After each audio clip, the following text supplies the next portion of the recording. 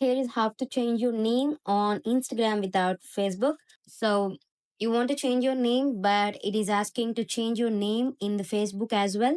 So click on the name of your profile, edit profile. Here you can click name and it will automatically take me to the Facebook page. So get back. If you want to change your name without Facebook, click on top three lines, go to account center and go to profiles. Here you can see my both profiles, Facebook and Instagram, and click on Instagram. Make sure you toggle off sends profile info.